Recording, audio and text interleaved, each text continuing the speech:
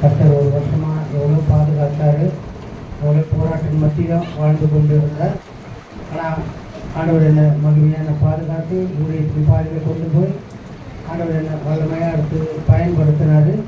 அது மாத்திரம் இல்லாமல் எவ்வளோ போராட்டம், பயங்கரமான பிரச்சனைகள் இருக்குது. ஏன்னா நம்ம ஊழியம் செய்யறதுனால சுவிசேஷம் ஊழியம் தான் பெரியதான ஊழியம். அதுதான் ரொம்ப பயங்கரமான ஊழியம். சுவிசேஷம் சொல்கிறது, மற்றவங்களுக்கு நம்ம போய் ஆண்டவர் செய்த அற்புதங்களும் நம்ம சாட்சிகள் சொல்லும்போது அவங்க மனம் திரும்புவாங்க.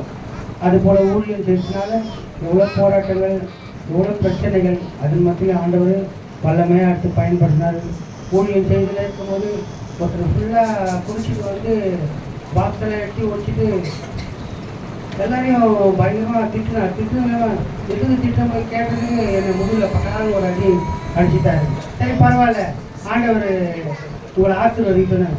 அப்புறம் மறுவாரம் அவர் மன்னிப்பு கேட்குறாரு. எங்ககிட்டயே மன்னிப்பு, அதே இடத்துல ஊழிய வச்சோம். சாரி ஐயா, நான் தெரியாமல் அப்படி பண்ணிட்டேன், காலெல்லாம் மன்னிப்பு கேட்குறாரு.